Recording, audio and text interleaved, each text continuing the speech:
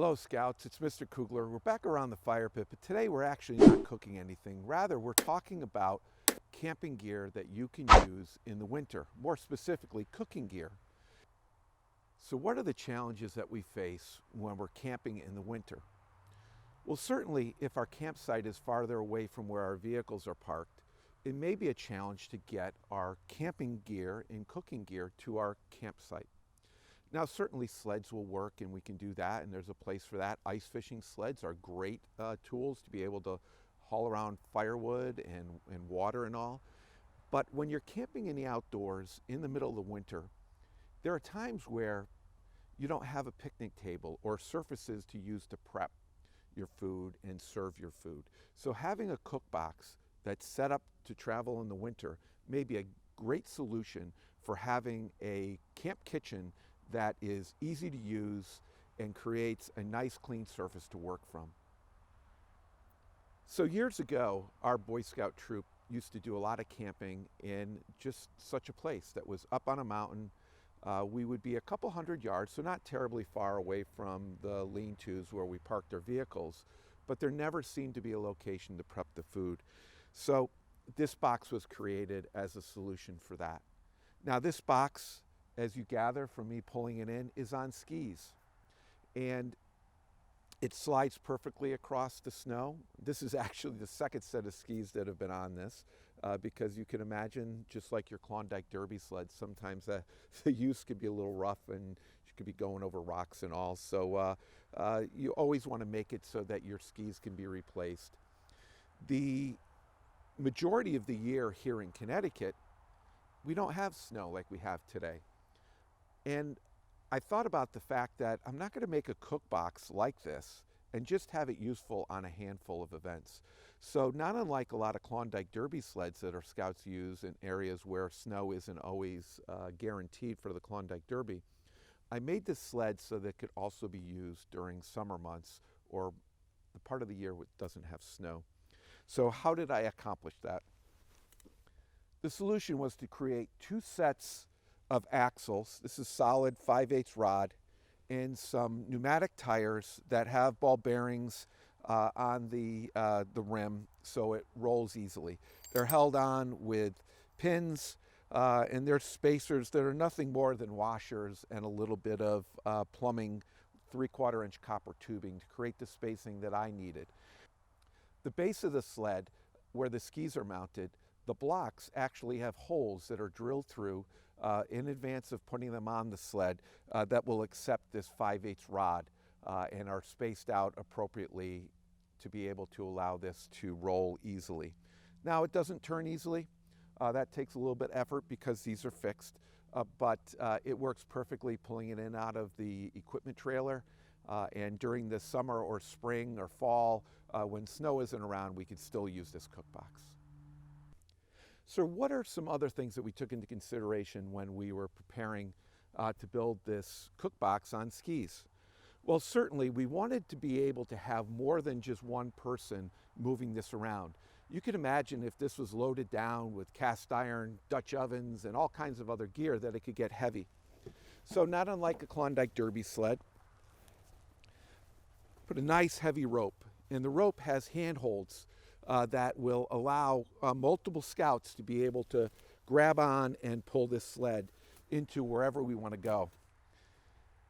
Now, when we're bringing our cooking gear into our campsite, we have more than just our Dutch ovens. Maybe we have water jugs, we have coolers, maybe we have a bin with food in it. And we created this in such a way that, as you can see, we could strap down a cooler. This will actually hold one of those large fisherman coolers too on top.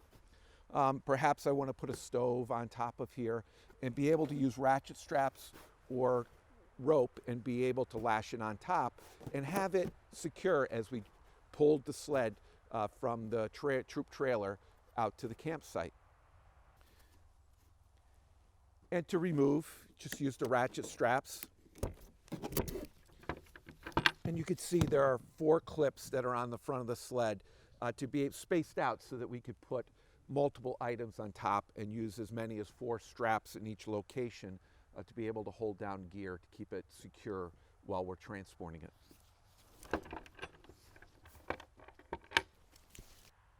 So let's take a look at our cook box by removing the lid.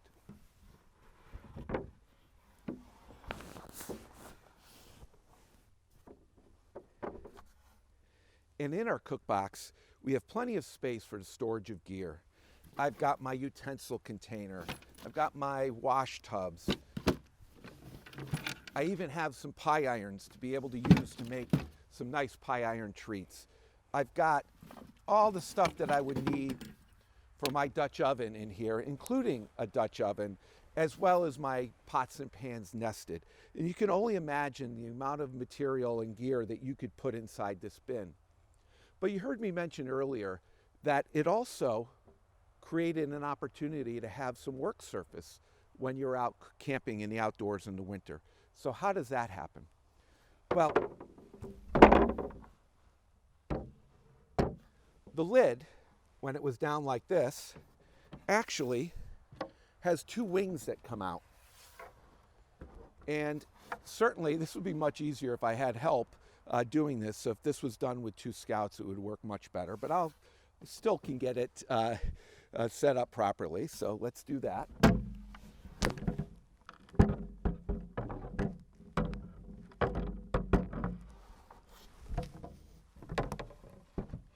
On either end of the sled, there are two slots to accept these vertical panels of my lid that hinge down.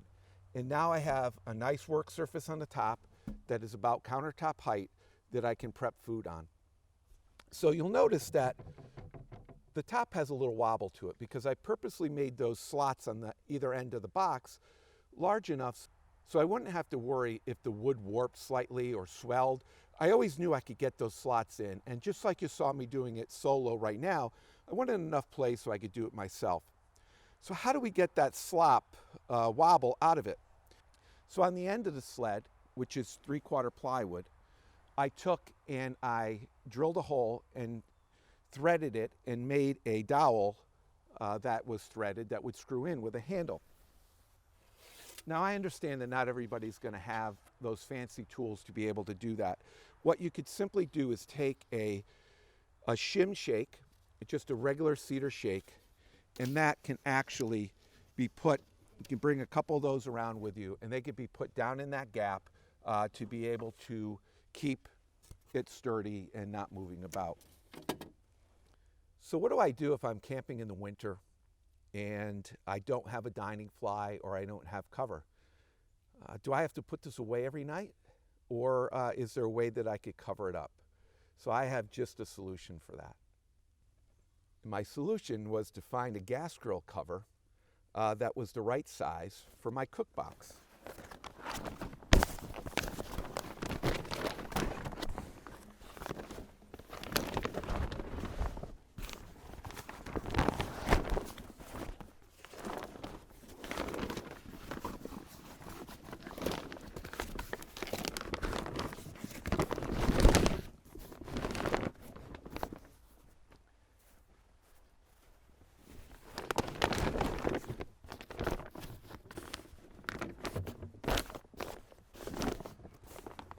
So with my gas grill cover in place, I can go to sleep at night, not worrying about snow or rain damaging my sled or the equipment that's inside of the sled.